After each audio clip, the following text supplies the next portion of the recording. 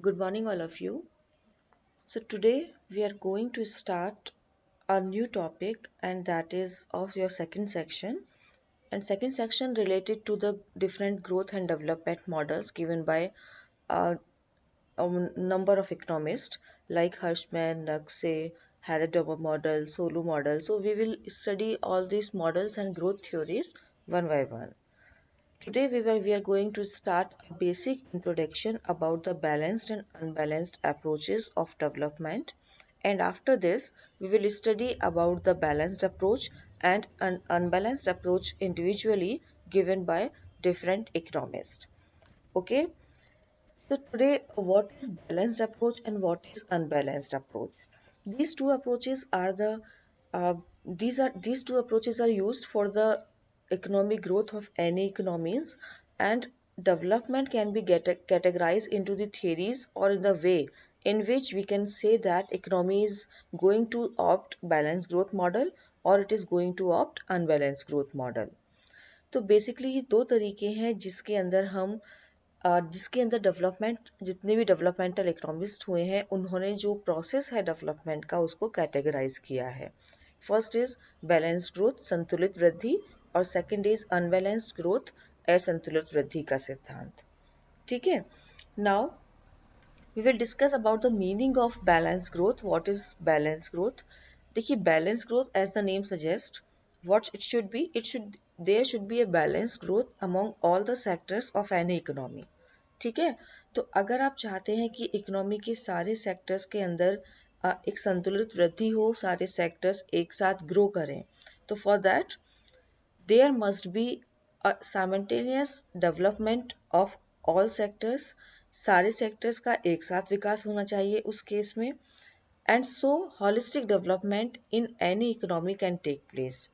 उससे वो कब होगा? उसके होने से क्या होगा?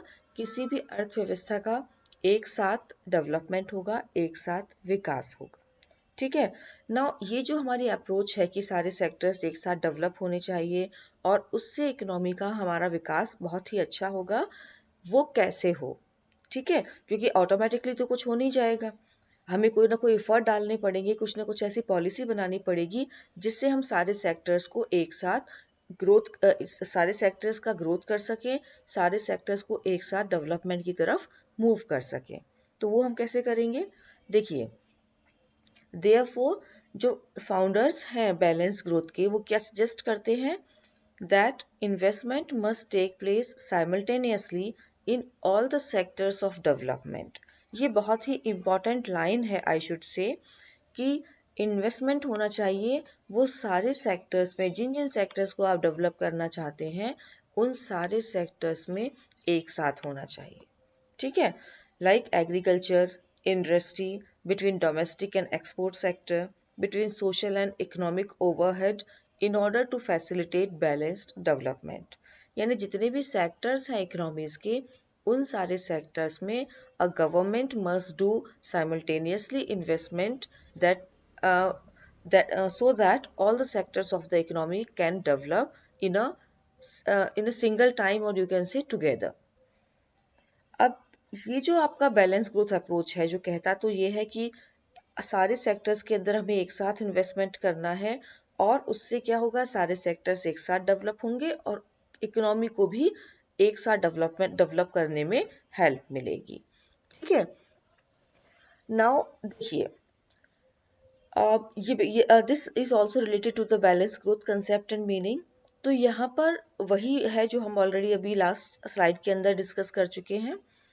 आप देखिए, जिस तरीके से अगर किसी वॉर को आप नहीं जीत सकते हैं without a suitable strategy, similar तरीके से आप डेवलप नहीं कर सकते हैं किसी भी इकोनॉमी में if you are not going to opt appropriate और प्रॉपर स्ट्रैटेजी. ठीक है. डेवलप करने के लिए ज़रूरी है कि आप इकोनॉमी की कंडीशंस को देख के, इकोनॉमी की रिक्वायरमेंट्स को देख के, इकोनॉमी की जो प्रॉब्लम्स हैं उनको कंसीडर में रख के अपनी पॉलिसी बनाएं, अपनी स्ट्रैटेजी ऑप्ट करें. After that, only after that economic development is possible.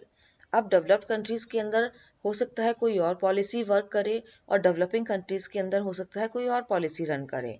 तो यहाँ पर ये कॉपी एंड पेस्ट नहीं है कि अमेरिका ने ये पॉलिसी ऑप्ट की है तो इंडिया भी यही पॉलिसी ऑप्ट करेगा. क्योंकि अमेरिकन इकोनॉमी की कंडीशन अलग है और इंडियन इकोनॉमी की कंडीशन अलग है। तो पॉलिसी और strategy should be based on the internal conditions of any economy. ठीक है, अब देखिए, this development strategy help to the nation for the searching of resources, for appropriate planning and implement they in the most efficient or appropriate way। अब ये आपको ध्यान में रखना है कि जितनी भी डेवलपमेंट की पॉलिसीज हैं, डेवलपमेंट की स्ट्रैटेजीज हैं, वो किस किस में हेल्प करती हैं। आपके लिए रिसोर्सेज को देखने में कि रिसोर्सेज को हम रिसोर्सेज को कैसे यूज करें, प्लानिंग को प्रॉपर प्लानिंग करने में हेल्प करती हैं और उन्हें मोस्ट इम्पॉर्टेंट इम्प्लीमेंट क्रियान्वित करने में हेल्प करती हैं सबसे ज़्यादा उचित तरीके से। ठीक है, इसी इसी को ध्यान में रखते हुए ये दो मेथड्स हैं, जो दो ग्रोथ थ्योरीज हैं, बैलेंस ग्रोथ और unbalance growth, these are two developmental strategy. तो इनका डेवलपमेंट हुआ, कुछ इकोनॉमिस्ट ने बैलेंस ग्रोथ थ्योरी को फेवर किया, कुछ ने अनबैलेंस ग्रोथ थ्योरी को फेवर किया। इन दोनों ही थ्योरीज के अपने मेरिट्स एंड अपने डिमेरिट्स हैं। तो इकोनॉमिक्स किसको चूज करती है, ये उसकी अपनी कंडीशन के ऊपर डिपेंड करती है। ठीक है, now these are the concepts related to balanced growth theory. Now, advocate of balanced growth theory basically suggest that no single strategy will take us towards the attainment of goal of economic development. तो ये क्या कहती है, ये कहती है कि कोई भी एक ऐसी स्ट्रैटेजी नहीं है जो किसी भी इकोनॉमी को इकोनॉमिक डेवलपमेंट की गोल को अटेन करने में हेल्प कर सके। ठीक है, इसलिए क्या होना चाहिए कि इस स्ट्रैटेजी को हमें चेंज करना चाहिए टाइम टू टाइम, सिचुएशन के अकॉर्डिंग, और अगर ज़रूरी हो तो sometimes a balanced between alternative strategy should be made. तो ये एक बहुत ही इंपॉर्टेंट कंसेप्ट है कि एडवोकेट है बैलेंस ग्रोथ थ्योरी के, वो ये कहते हैं कि एक प्रॉपर पॉलिसी नहीं है डेवलपमेंट के लिए, तो आपको क्या करना चाहिए, सिचुएशन जैसे जैसे चेंज होती है इकोनॉमी की, वैसे वैसे अपनी स्ट्रैटेजी को चेंज करना चाहिए इकोनॉमी को।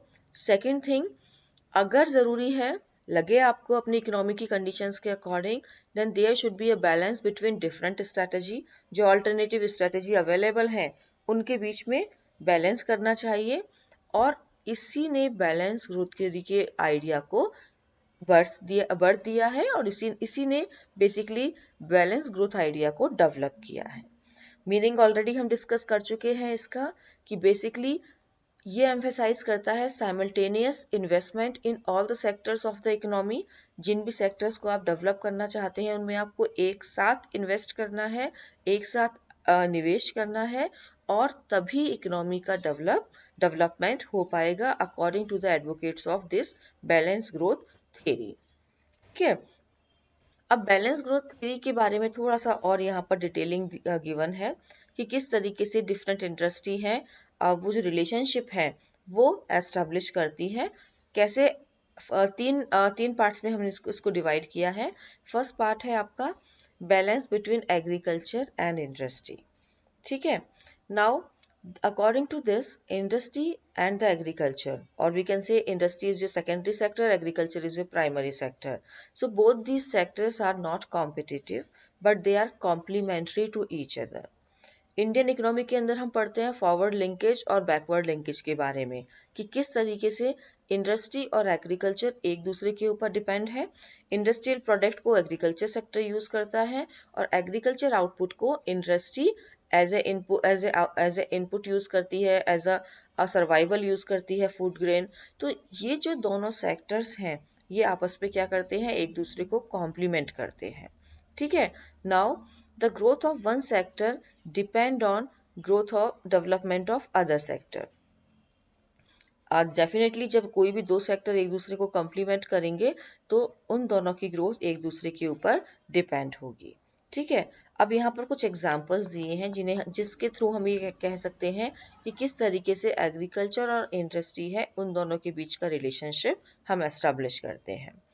The growth of agro based industries basically industry require rising productivity in agriculture sector. जितनी भी एग्रो बेस्ड इंडस्ट्रीज हैं, अगर हम चाहते हैं कि प्रोसेसिंग का काम ज़्यादा अच्छे से हो, जो फाइनल प्रोडक्ट मेकिंग है वो ज़्यादा अच्छे से हो, तो for that we need to require high productivity in agriculture sector.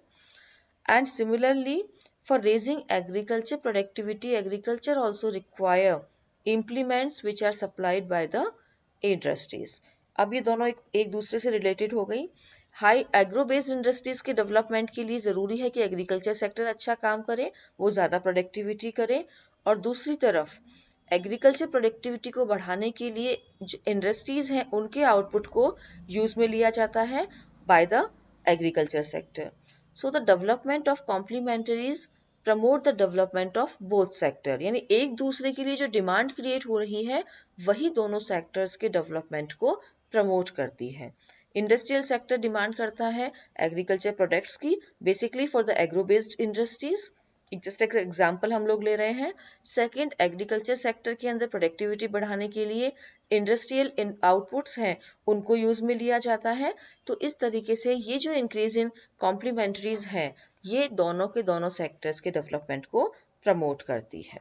Louis का एक रिमार्क है, if agriculture stagnant the capitalist sector cannot grow.